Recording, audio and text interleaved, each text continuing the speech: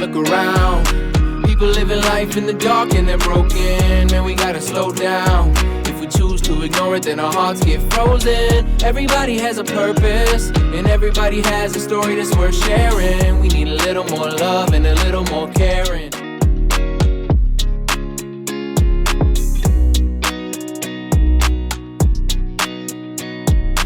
What's up, Reading? Welcome to the Falls Podcast. I'm your host, Sarah Bartlett, and I am so excited for our show today. I have two of my closest friends, Izzy and Mikaela Ramirez. They are like this dynamic duo. They're such extraordinary people on their own, and then you put them together and they're like this force of nature. Welcome, guys, to the show. Thanks. Thank you. So excited to have you guys. And of course, Mikaela, you have been on before, but welcome back. And Izzy, your arrival has been much anticipated. Yeah, glad to be here. Yeah. Finally.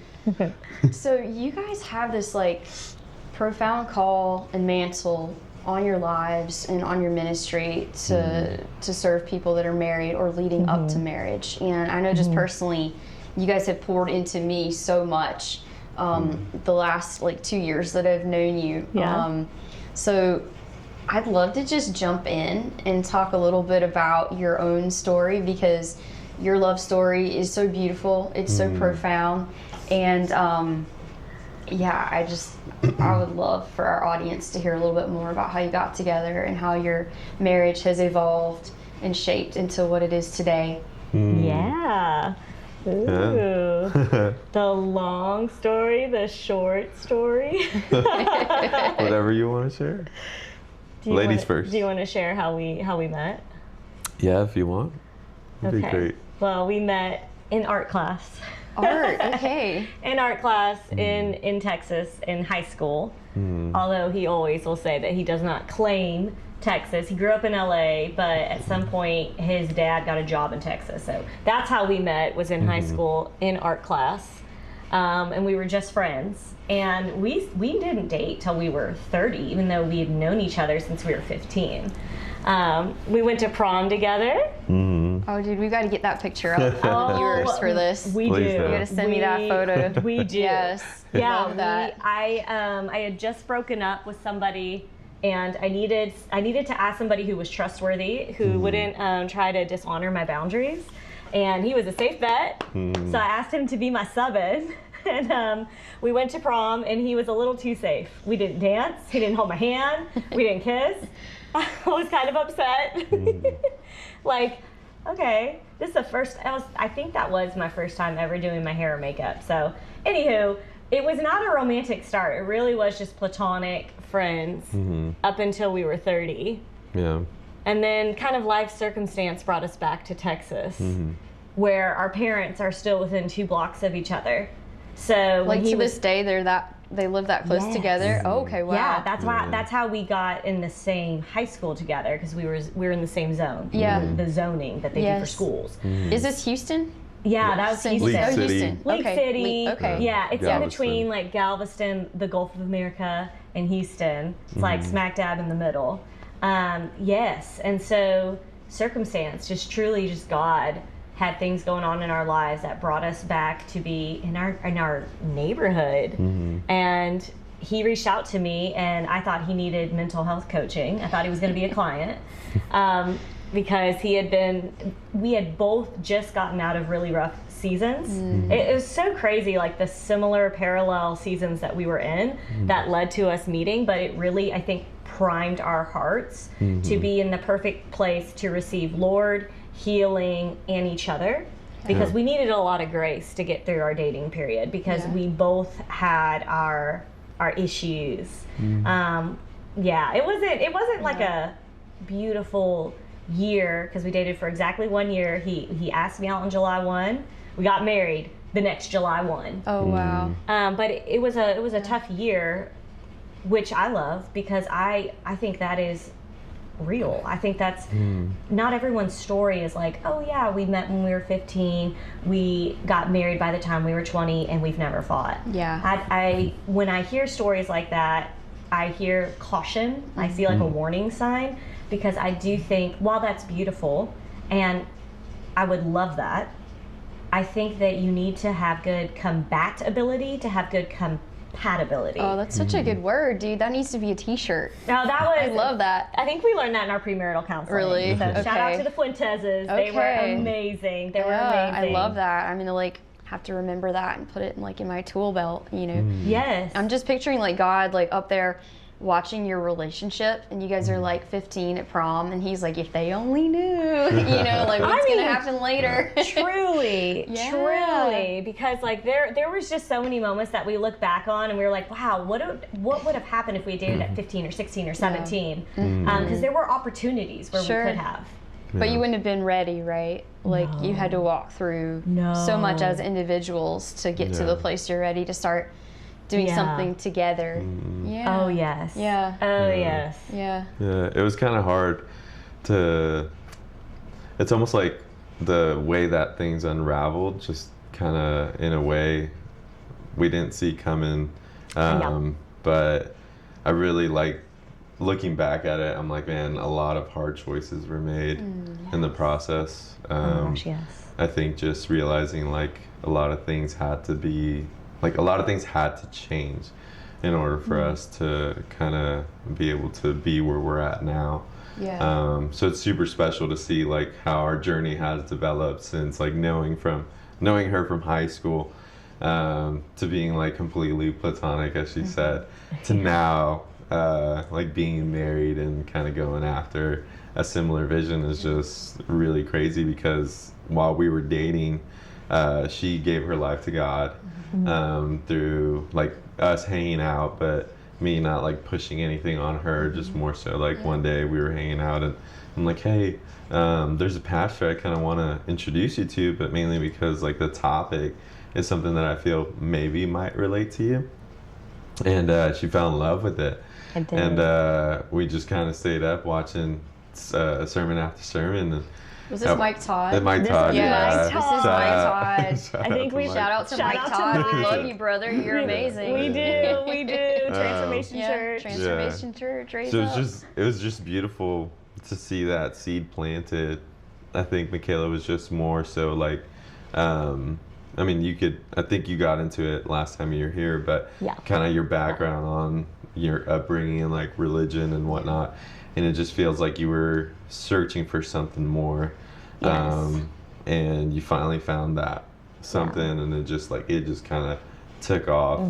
And it just made her curious. She asked questions, and you know, me still struggling with a lot of things at the time, I'm thankful that God had his grace on like at least being able to like have me steward that into like bringing her closer to him. Yeah, such beautiful leadership.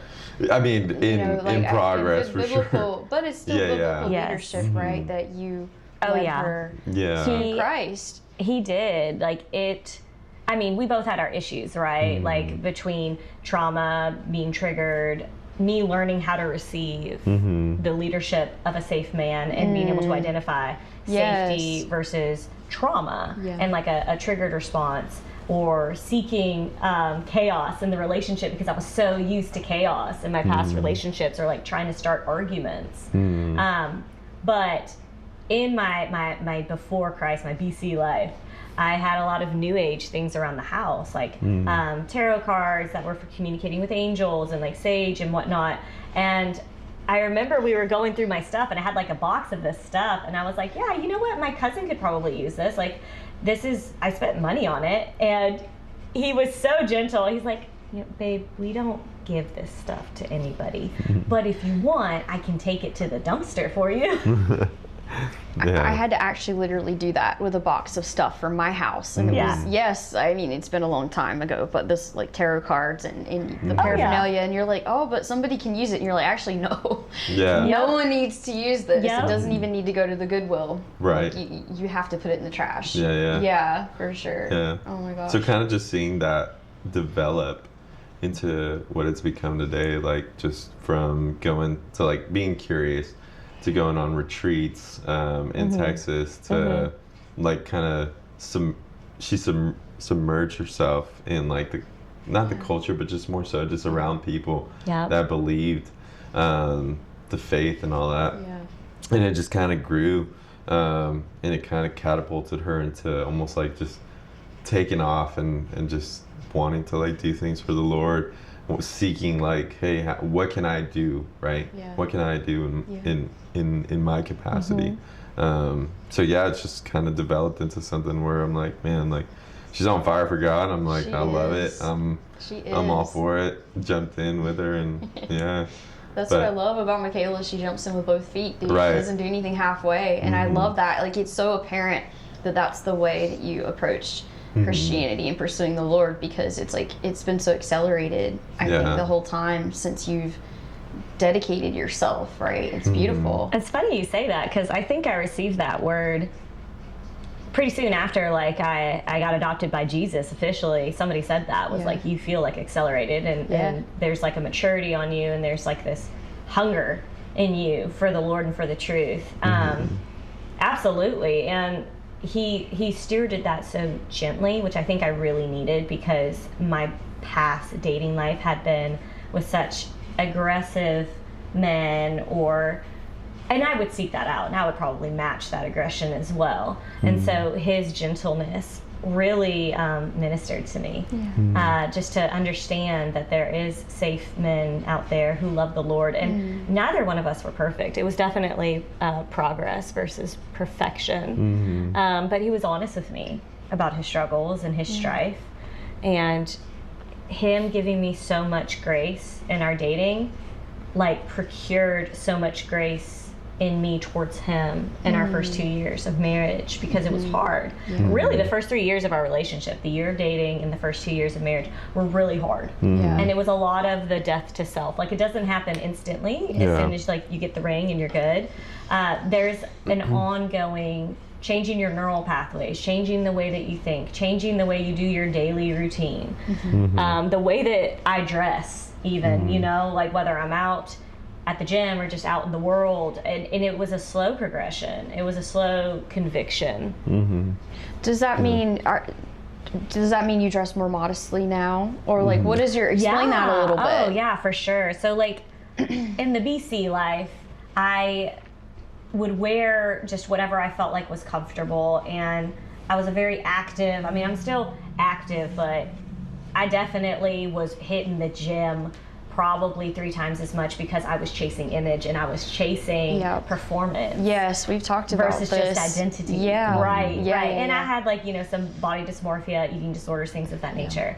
But I was dressing, I would say, very worldly, and I was dressing to be appetizing to the eye versus appetizing to the soul. And so as I started dating him, it's never that he admonished me or said that I was showing too much skin, but as I got more solidified in my identity with Christ and what it means to be fully loved and unconditionally loved, and understanding like that does not have anything to do with this. That has so much to do with your soul and how you do relationship and how you minister and how you serve the Lord. And so it was just, and then I wanted, like, genuinely from my heart, I wanted to respect him. I wanted to honor him by conserving my body for him, for his eyes only. Yeah. And not wanting to do that because I read it in the Bible to be modest, but because it was truly honoring and respectful to him. And I had to honestly relearn how to respect his leadership and authority, because I just had trust issues with men in general in my life. So yeah, there was definitely modesty as a part of that, but I would say the core of that is like a respect. Yeah.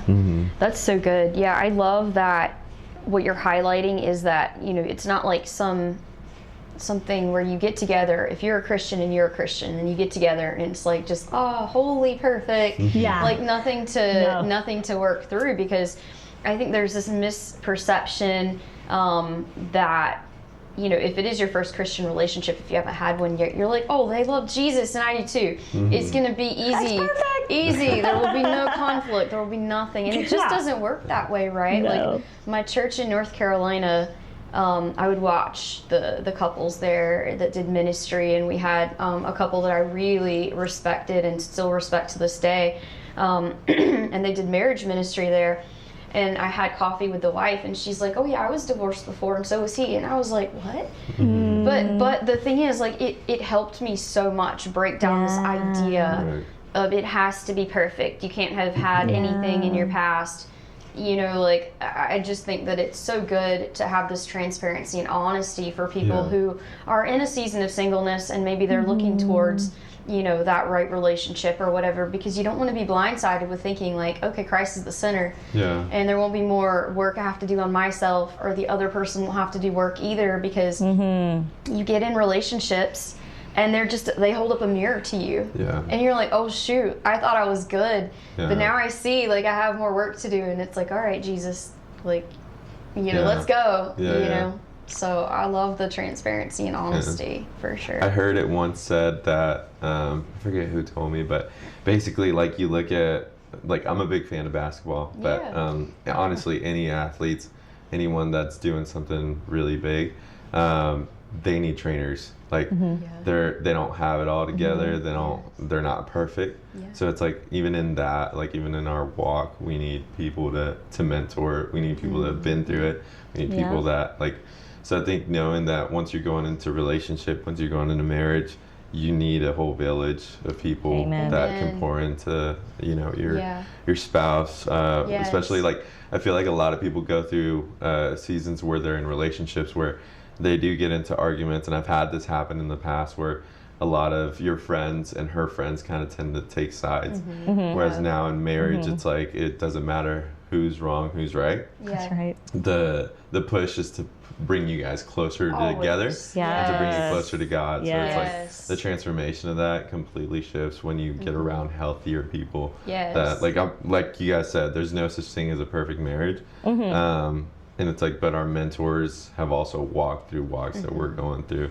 And there's people that we can also teach that, you know, are under us, that we're like, hey, we're going through it right now, but this is what's kind of the tools that have helped us to be able to get better in this relationship. It's the 100%. Trainer, right? So, yeah, like, people will need, like, if you want to be good at something, you got to be willing to submit to someone else that knows better. That's a good word, submit. Such a good word. You got to humble yourself. Such a good word. Yes, you do. You have to humble your pride, love that your ego. Metaphor. That's a good word. I love the sports analogy, right? Because it's like, if you want to excel at anything in sports, you have to put intentional time into it. You have to make sacrifices. You really need people who are above your level, that are pushing you or pulling you towards excellence. And I think that in relationships, it is like that. I mean, a large part of your testimony in your marriage is that you guys did surround yourselves right early on with what you did, like the premarital.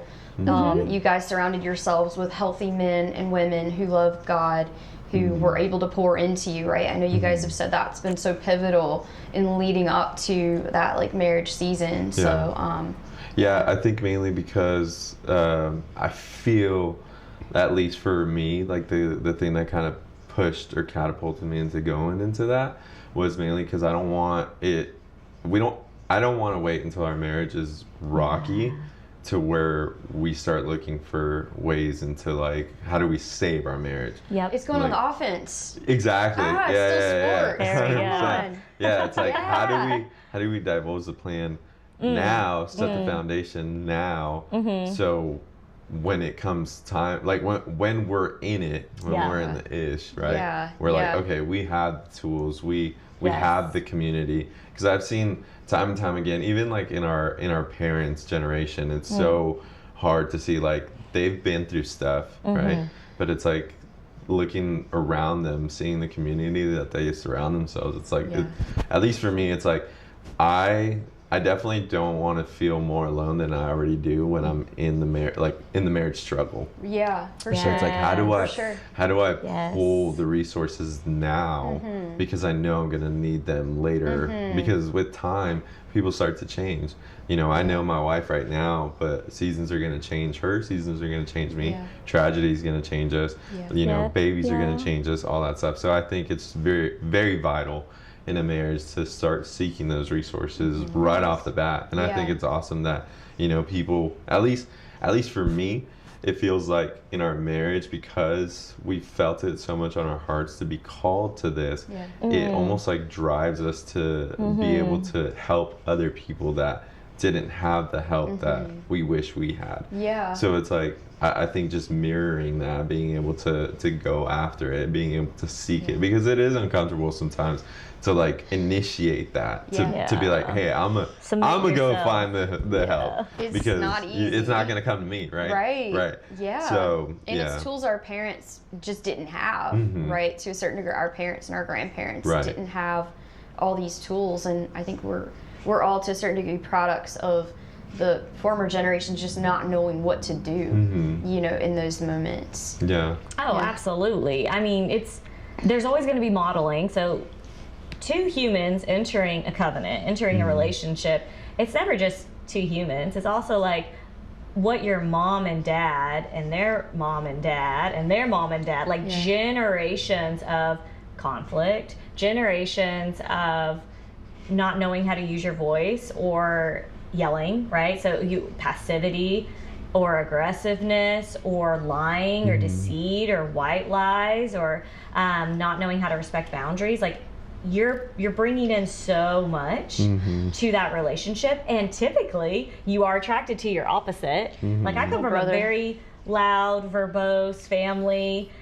He comes from a quiet, like calm environment, and like we would say the tornado and volcano. Oh, dude, y'all are so like you guys are opposites in a lot of ways, but then when you're together, it's like it fits so perfectly. There's like this click, and you're like, wow. Who only knew. Yeah, no, I mean, it was not like that in the beginning. We would match each other's energy, and there was a lot of pettiness, there was a lot of sarcasm, which really means there was a lot of band-aids because there was a lot of deep wounds. So when you're being petty, when you're being sarcastic, when you're being passive aggressive with your language, there's a real hurt, and then there's a fake way of addressing it. So there's an internal hurt and pain. Root, right? There's a root. Talk about the root. And then the way that root manifests, or the externalization, can be petty commentary or sarcasm, because you don't know how to actually voice like, hey, that hurt my feelings. Like, actually, when you said this, I heard this, and this made me feel unseen, or this made me feel hurt, or this made me feel attacked. And so what came out was my response to perceiving an attack.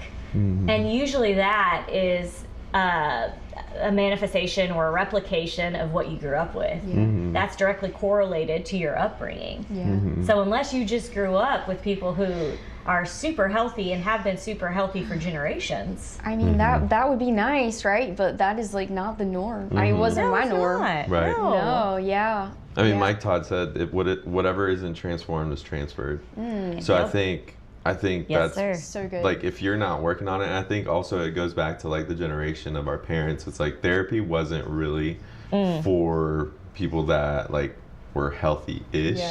It was for like people that were on drugs, people that were, you know, ex-convict, whatever, coming out of the military. suicidal, military PTSD. It's like, and that it just goes back to the trainer analogy that I was using. It's like, everyone needs somebody in order for you to get better, in order for you to have a, you know, better at your craft, better at your own, you know, your own things in life. So it's just like, for me, it's just, it's awesome to see that this generation is more open to healing. But one of the things that we need to also like put in the forefront is like, God heals, right? We meet God wherever we are in our lives, but having those tools and resources is really vital as well, like going to therapy, doing the inner work. And we're not sitting here saying that we got it all together. We still have petty fights, we still argue, we still all that stuff. But I think ultimately we just realize, like, with all the tools that we've been given, there are moments where we're like, we're sharpening that tool, right? The more that we exercise that muscle, the more it grows. And we're just like, I think it's super awesome to see that, like, therapy's paying off. The mentors talk has been paying off. Even in moments where we're like in the middle of arguing and we're hanging around friends, it's like, you know, we feel bad airing kind of the laundry, but at the same time it's an opportunity to see how real we are, that we don't have it all together. And in those moments we feel that community kind of draw closer to us. And show up and try to help us through the situation. And it's just like, man, Yeah. It gives them permission too. 100%. To be who they fully are, and to know that it's okay to not have everything together. And the muscle metaphor, I love that, because working out, whenever you're working a new muscle, it's very sore, it feels awkward, it feels inorganic at first, and then over time it starts to become like a routine, like a habit, a discipline. Okay, I know the form I need to get into, and now I'm going to increase the weight. I'm going to increase the frequency of me moving my body in this particular way, and I'm going to start to begin to feel stronger and more confident in it. And that is what compatibility is in marriage. It's awkward and clunky when you start the new tools at first of like, so what I heard when you said that was like, it feels so inorganic. It does. It's awkward. It feels fake, and that's the death to self when you have to sacrifice your pride and your ego, because what comes up first is anger. But really, what's underneath anger most of the time is a sadness or a hurt. It's I feel offended. I feel attacked. So I responded with an attack. I responded with an offense, and you have to disrupt that pattern.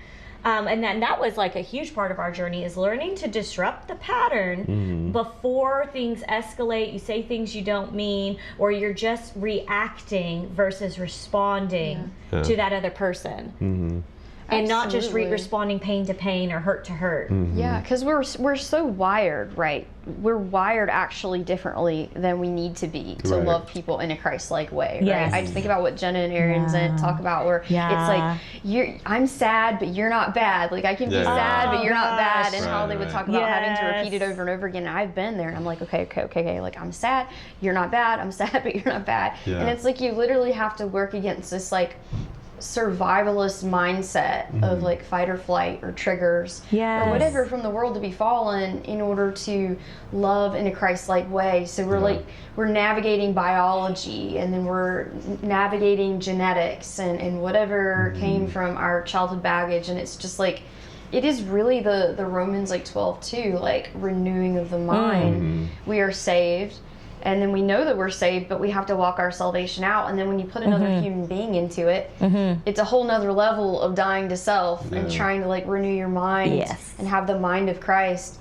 And I feel you. But I love the muscle metaphor, because even like I would say pushing through some of the pain, right? Oh man. Because what I love about your story is you did have a period where it was admittedly challenging leading up to marriage, right? But you guys both continued over and over again to choose each other. Even though the harder thing probably was pressing in. That was the more difficult thing than just walking away. And I love that. If you could speak a little bit to that, because I think it's so profound that you both made a choice to choose each other in spite of that. Yes. Do you want me to go first? Yeah. I think it's a combination of like faith, stepping into like the unknown. One of the things that I could use as an example is when we were dating, learning how to use boundaries was very uncomfortable for me. I didn't grow up in a household that understood what boundaries look like. So it just felt like I was almost like betraying my family when I used them. So I think for me, it's just like, you kind of get into this cycle, right? Like growing up in a family where we're used to the way things are done, and sometimes you don't really question it. You're just like, oh, this is how we've been doing it. So you get into that cycle of like, I don't know if it was Albert Einstein, but it's like if you keep doing things over and over, it's the definition of insanity. Like if you're doing something, expecting different results. And it's literally where I was, the same thing over and over.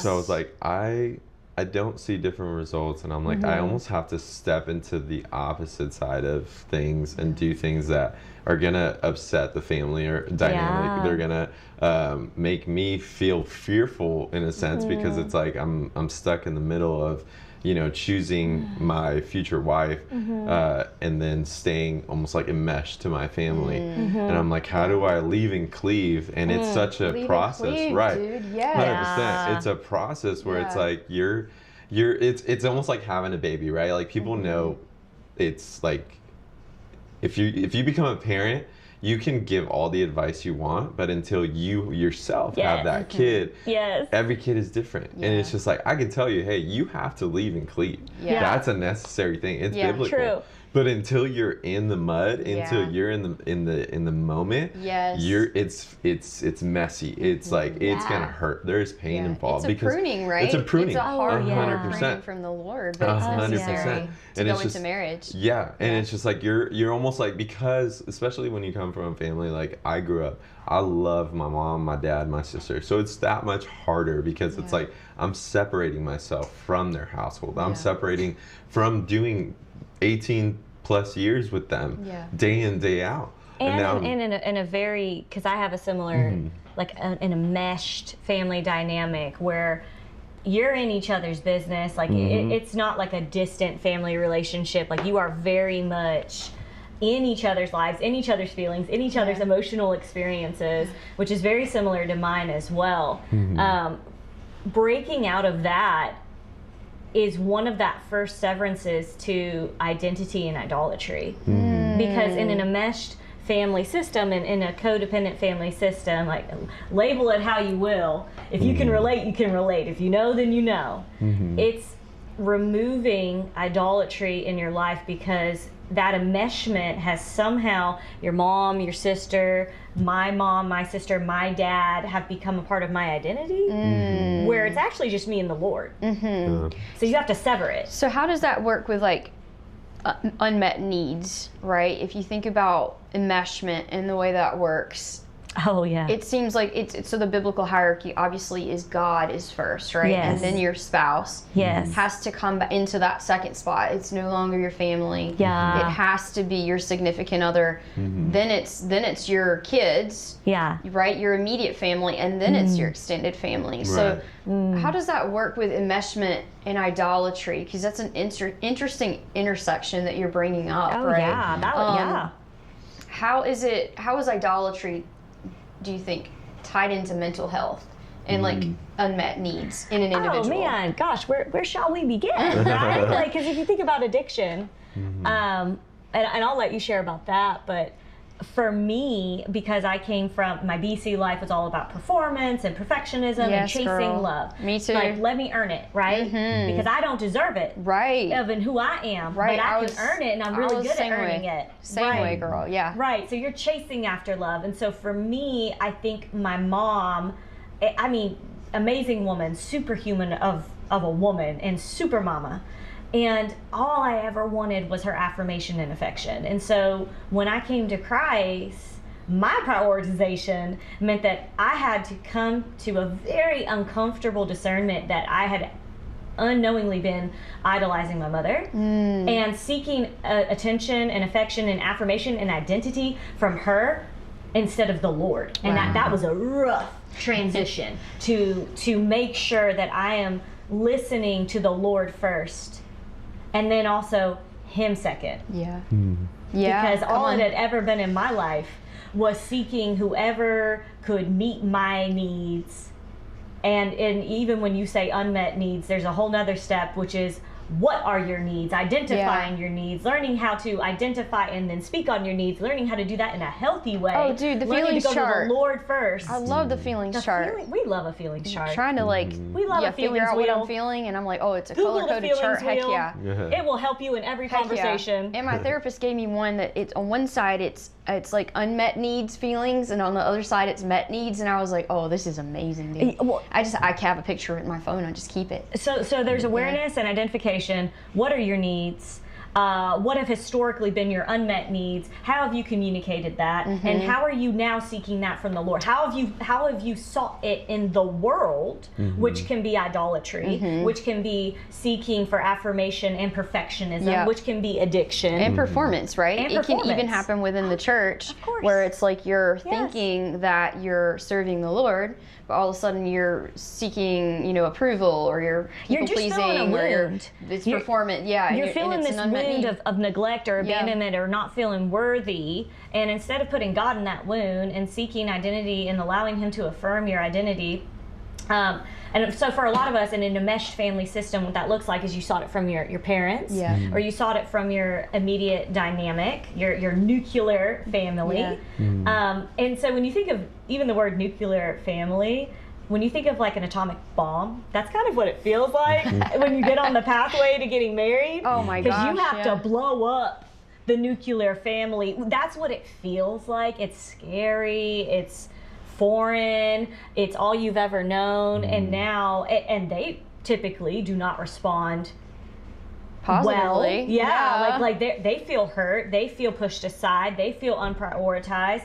You're doing things very differently, and it's hard for them to not take it personally. That was our story. But if we're thinking about like on the atomic level, that's such a great metaphor too, because okay, so you've got one nucleus and one atom, right? But in order for there to be more matter and more things created, there has to be like fission and explosion, and there has to happen processes, right? So in order for us to subdue the earth, right? And to be fruitful and multiply, there has to be a leaving and cleaving of one nucleus in order to create others. Because if you don't leave and cleave, and you don't create your own new family, then how in the world do you how do you support love? How do you reproduce? And then how do we do what God's commission is? If you don't create new, you'll recreate the old. Yeah. Ooh, that's good. Ooh, that's a word. Right? Say it again. Right? Yeah. If you don't create new, if you don't create new space, if you don't create new nuclear family, you will just recreate old wounds, old generational traumas and curses,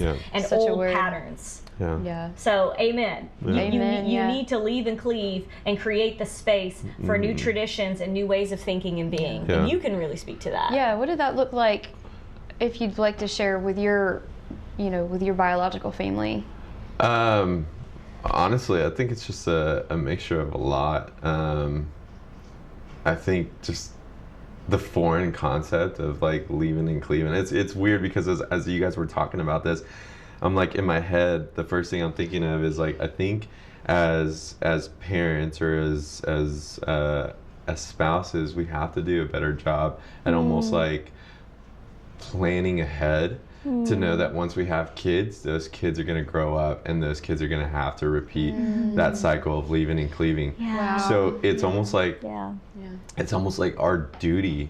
Like it's like it's a tale as old as time, right? Like people grow up, people leave, they get married, people have kids. So it's like, it's almost like, it almost feels in a sense that our parents didn't do a good job of preparing themselves for that day.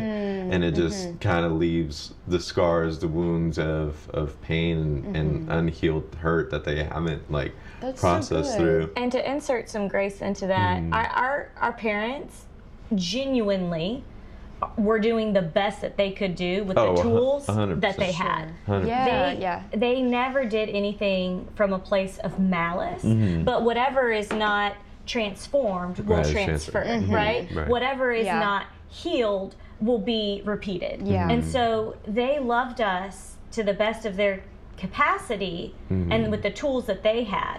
But the hope with each generation, I hope my children are smarter than me, that they are better at boundaries, they are better at mental health and spiritual health, they're more mature than me. I want them to level up beyond me. I want them to be able to show me something new. And so that's not always well received in the nuclear family. Again, you got to blow it up. You got to make space for the new. And so that was, I think for both of us, that was a very new type of pain and new type of conversation to have with our families who we love dearly. And again, for 30 years of my life, that's where I got my identity. That's where I got my affirmation and my validation. Especially, it's very interesting. I'm just thinking about it now.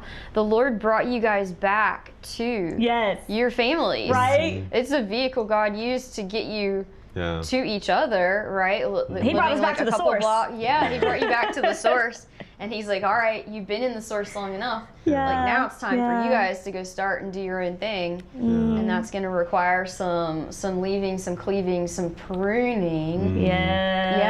But I think it also goes back to what we were talking about earlier. Parents do have to do a better job of that, right? Part of being a parent is like accepting that you're raising a child for them to leave you, and you're supposed to be equipping them for that unto that end, right? Which as a parent is super hard to even wrap your mind around, because it's so much like nurturing, caring, taking care of, but you are supposed to like encourage them out of the nest to fly on their own. But that being said as well, our parents did not have the amazing like resources in mental health that are available now. So I do think that this generation, my hope is exactly what you're saying. That all of us who have kind of like plowed through the difficulty of coming out of what we were raised in, it'll be like a new era and a new generation of kids being born that won't have to like deal with this on this level of the parents unknowingly being super codependent and expecting enmeshment as a normal thing. You know? Yeah, I think also just like how I was answering earlier, how for me at least what it took was faith, honestly, like stepping into unknown territory, not understanding how the process actually was going to go for me. Through the pain, through the tears of like, you know, feeling like I lost family, because like when my wife and I got married, we basically got like the cutoff from family. Like so hard. Super hard. Trying to almost like navigate around that, but also navigate having them, like my wife and I wanted to include her into the family. So we would basically preset and like saying like, hey, if we're going to communicate, we're going to communicate in a group chat. And every time we would communicate, you know, my mom would respond outside of the group chat, so I'd have to almost like redirect to put in the group chat to respond, and try to establish those boundaries. Super uncomfortable. But I think through that, just like realizing, I think there is this certain sense of like sweetness of knowing and understanding the Father's heart through a lot of the stuff that doesn't make sense, especially when you're reading about other people in the Bible. Like, I mean, one of the first things that I thought of was Joseph. He got sold into slavery by his brothers, his own family. And I'm not saying I'm drastically like we're on that, right? But it's just like it is similar, though. But it's like similar pain, right? It's different scenarios. You're being rejected by your family that you grew up, and it's like, and seeing his life unravel, I'm like, it really implants the hope of like, I don't understand the process. I don't understand the days where I feel like I'm in the bottom of the pit.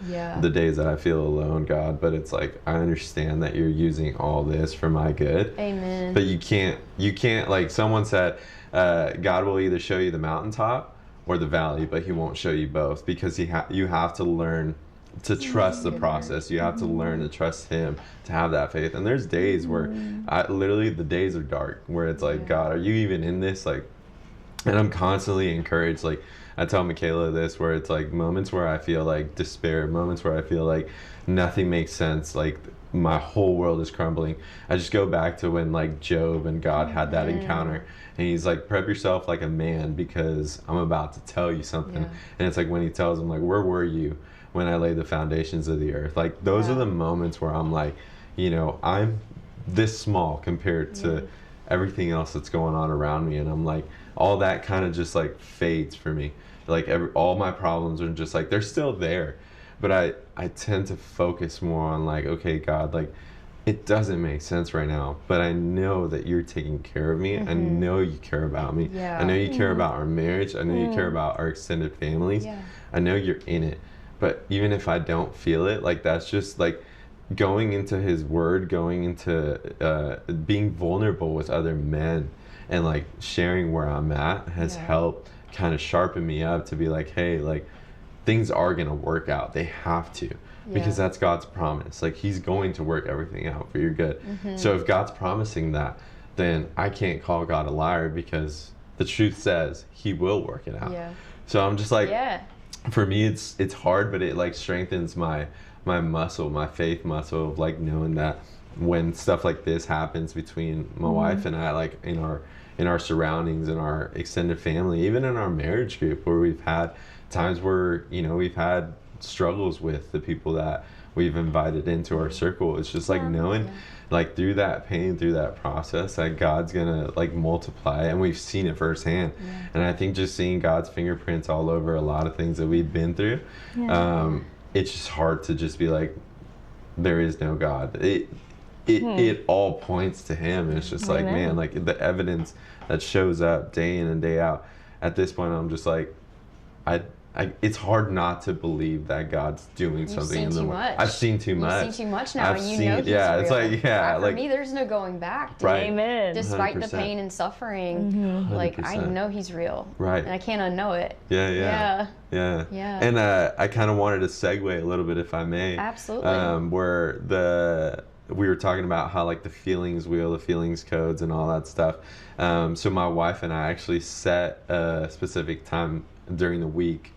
Tuesdays we would do date night, and we've noticed like coming from like the first 2 years of marriage being super hard to now just being consistent with date nights, and that's when we focus a lot on, you know, touching base on like our feelings and emotions.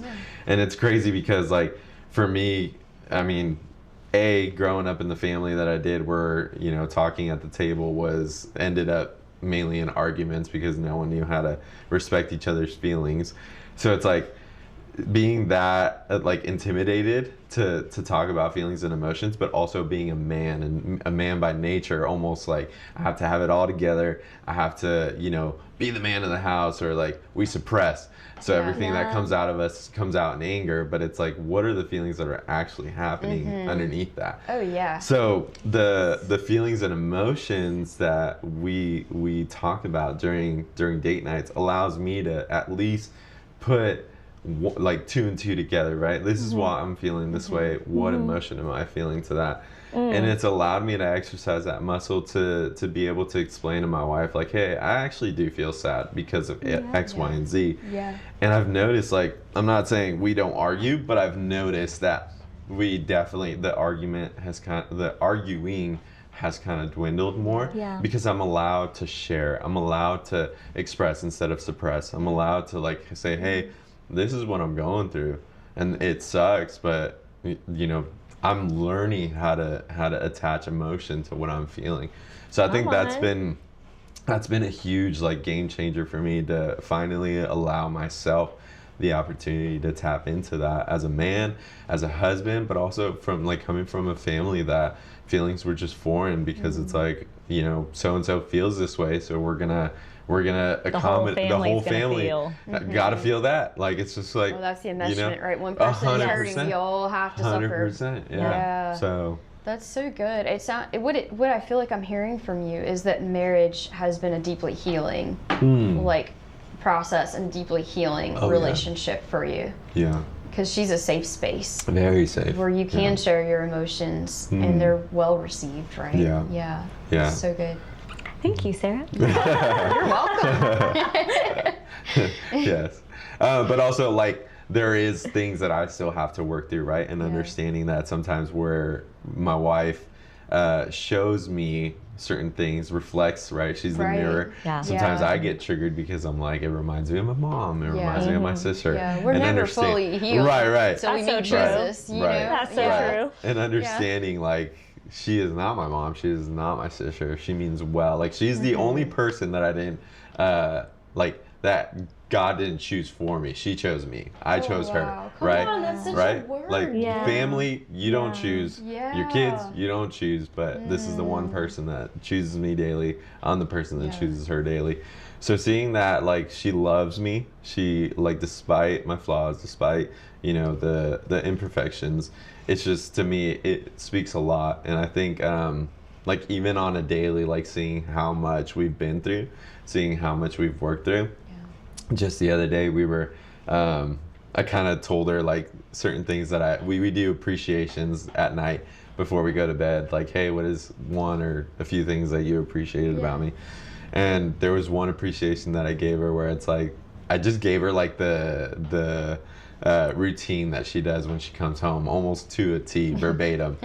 And because I love the consistency and like I love how she shows up, like it's just who she is, and I just love that about her. And it shows how much And you know her and are attentive to your wife, which is a beautiful thing. 100%. I love that. So He's it's very like attentive. very, and one of the things that I really appreciated was we were in the kitchen.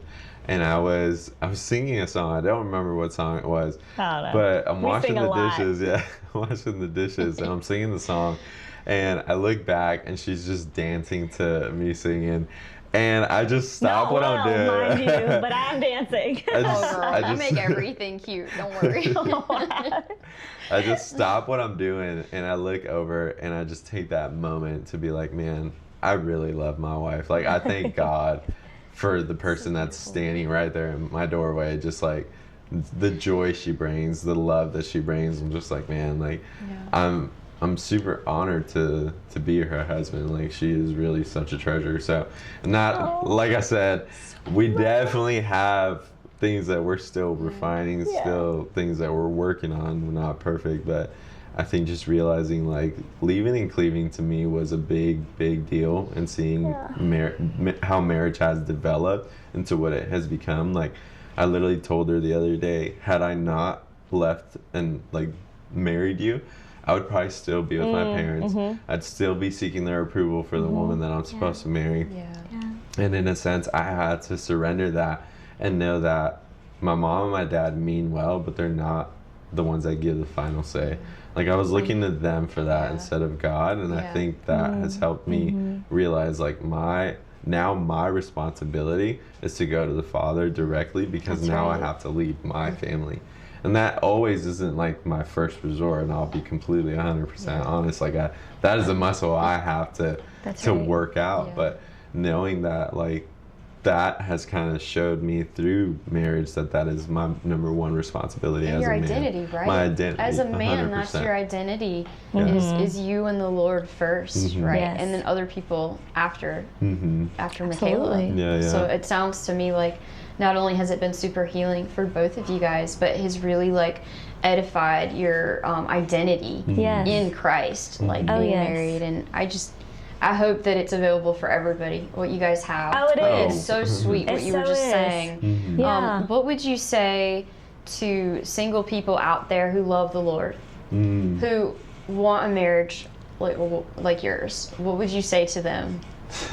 Who are single? Single, yeah. Who are single? People who are single who are looking. Who are single and who are looking. Yes. I would say get around community that have what you are desiring, that role model it well. So for me, I really wanted a man who spoke well to me and respected me. So I got around other men who weren't afraid of like cooking and cleaning as well, who served their wife well. Because I needed to see what that looked like. I needed to untrain my brain from the trauma that I had grown up in, like as a youngin', but also dating in my adolescence. And I needed to retrain myself to know that it exists, healthy relationships exist, honoring relationships exist, and also look to see what does it look like for a Jesus-loving wife to respect and honor her husband, because that was a big part of my journey as well. Not so something we're taught in culture, right? Right. Yeah. Get out of the world, get out of your head,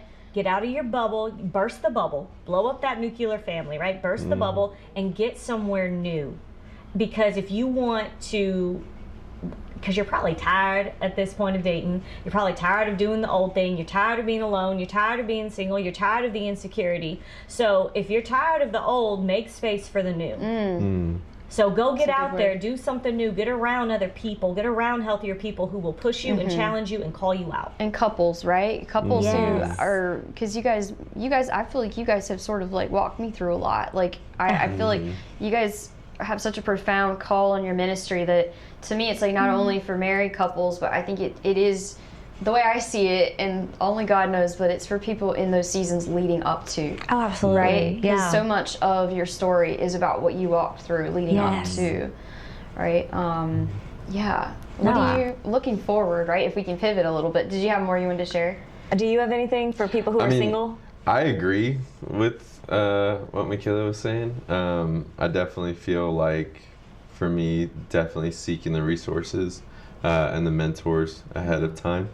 I'm trying to think, because like with younger people, it's like nowadays we just have the attention span is dwindling more and more. It really is. Even mine, everything is a 60-second reel. Right. It's Oh, just yeah. like, 10-second reel. so I'm trying to Yeah. almost like be like, how can I relate to Yeah. a microwave mentality? That's a great point. Right. But it's just like, it's giving up the things that you feel really matter. The worldly things, the things that just like, if you are serious about being intentional and wanting to marry, I think for a younger single man, don't lead her on.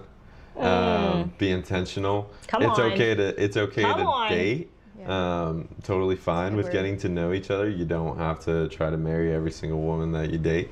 But I think also realizing like where you're at and communicating really well with like your Yes. intentionalities. Like, hey, I just want to get to know you, Yes. versus, hey, I really like you and I want to move forward Yeah. with the next step. Be But, honest. Yeah. Be so honest. Yeah. I think ultimately too, just having that strong relationship with the Father, seeking direction, seeking wise counsel from, like you said, healthy marriage, healthy marriages. Being honest with where you're at in your own journey too. Yes. Because like addiction is really big in the younger populations. Yep. There's a lot of pornography addiction. Yes. I was addicted to literature, right? What is it? The spicy book. Yes, the romance novels. Yeah, Yes, romance novels, quote-unquote right, romance right. novels. The high fantasy and whatnot. And It's so, just written pornography. written pornography. it's word Amen. porn. That's what it was. Yeah. It was verb porn. Yep. Word Yeah. porn. Yep, I read some of it when I was a kid. I found some at my friend's house that her mom had, and I was like, whoa. right. No, I sought mine out. I was Hey, hunting no, for that's it. okay. I was hunting There's no for it in my judgments BC here. life. No. That was another idolatry thing, because what that did was lied to me about what covenant cuddles would look like in marriage. Yeah. What does sexual intimacy look like in marriage? Yeah. It lies to you Yes. about what it's supposed to feel like, what you're already supposed to know. So yeah, I would also just say being really honest about addiction and being so knowing who you are and where you're at, and learning a healthy, honest way to communicate that Come to on. someone else. Yes. Yeah.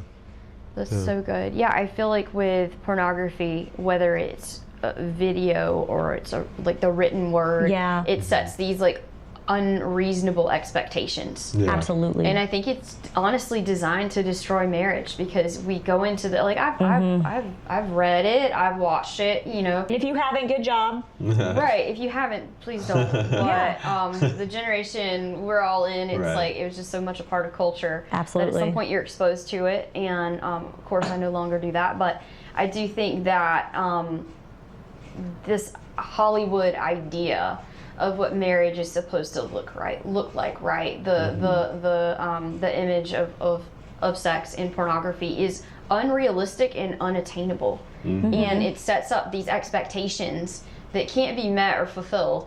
Absolutely. You know, and then everybody is already positioned to fail, in the sense that, like, you know, it's we have in our mind one way and it's another, and it's Right. like, so When you numb out, Yeah. yeah, you numb out your feelings and emotions, it's right? an escape Yeah. for sure, right? Yeah.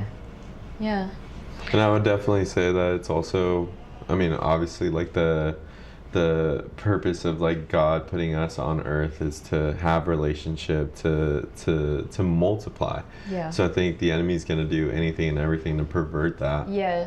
So what way to do it than to get us out of covenant, which is essentially the pact that we do between husband, wife, and Jesus, Yeah. to mirror what God and the church do. Like, we're essentially the walking metaphor for that. So the enemy is going to do everything to kind of throw whatever he can to separate that between God and his creation. To write a So perverted narrative. 100%. Yeah. So that's why I'm like, a lot of people seek that, and it just leads. I mean, sin is sin, that right? was part of your But- story. That was right, part of your 100%. journey. Yeah. Yeah, being Yeah. addicted to porn, like Yeah. from a kid, from a young age, being exposed to it. Yeah. But also like being around it in junior high, like you know, just. Dude, when I taught high school, there were young men that was part of their testimony. You know, I would see they would go to church, and obviously we didn't talk about it in the classroom, but they would get up and they would testify to that in their youth groups and stuff. And I'm just like, this is trying to take people down at such a young age, right? Yeah. And it's so prevalent and predominant now that it's Yeah. Well, it's been so great to have you guys on the show. Yeah. Oh my gosh, I've had the most fun time. I guess I was gonna sort of ask as like my last question, sort of where do you see yourself in the future for marriage ministry? Like, what do you, obviously that's like a leaded question, but it's sort of like, what does God have on you in this season, and what do you see coming up next? Like, what are your heart's desires for that? For me, I think seeing ourselves being able to, like, we're in the process of moving. Yeah, super exciting. Yeah, very exciting. So, you know, God willing, we do get the house. Come on. It is a space to allow us to host people, but not just people, but people that need refuge, people that are seeking for something more, as far as, you know, couples or whoever, like, that house is essentially going to be a place of rest, a place of joy, of peace. So we're with our, like, marriage couples, but also like our marriage ministry, we're excited to be able to at least have that space to be able to host people. I think in long terms, I would say our vision has always been to pour into couples, but also like remind them how important marriage is and how important dating one another is. So when we started this, we called it game night. Our incentive was always to give couples something to be able to remind themselves, like, go out and date, you know, whether it's a gift card, like go to a restaurant, be intentional with your dating. You know, our dream would always be like, at some point we should send our couples on resorts, on like retreats, like to Hawaii, where to focus on their intentionality towards one another, and the roles, the role revival, right? Right. The revival of biblical roles in marriage, because a lot of our journey was submitting to his leadership and him coming out of passivity as a man, and me learning as a woman that I don't need to be strong all the time, that it's okay for me to be soft. It's okay for me to follow his leadership, and that I'm safe in that. And that's something that we're very passionate about. So yes, send the people to Hawaii and have activities and dates and give people ways to romance and pursue one another and remind each other of the proper roles of marriage, and how does a woman lean into her husband's guidance and leadership and respect his headship. What does that look like in a healthy, Jesus-loving dynamic? So good. Oh, such a good word. So that's kind of my future, the vision I see, like, with that. Other than that, it's like being open to whatever God has, and you know what that's gonna look like. That's true. But as far as like our plans, I guess you could say, is we're just seeing like the long term of being able to bless other people, other couples that are starting in marriage, but also just being willing to like open up our home to people in need, people that, you know, like need Jesus, but also need family, need community. That's how I see it. Amen. What about you? No, that's the same. Getting the space, getting the home, hosting, loving on people well, giving them a safe place. A safe space to be loved for who they are and as they are. Amen. Amen. Oh, I can't wait to see what God is going to do with you guys. Oh, thanks so much for coming on the show. Thank you for having us. Until next time. You're welcome. It's been so fun. It has been. All right, Redding. We'll see you next time. Bye. Oh.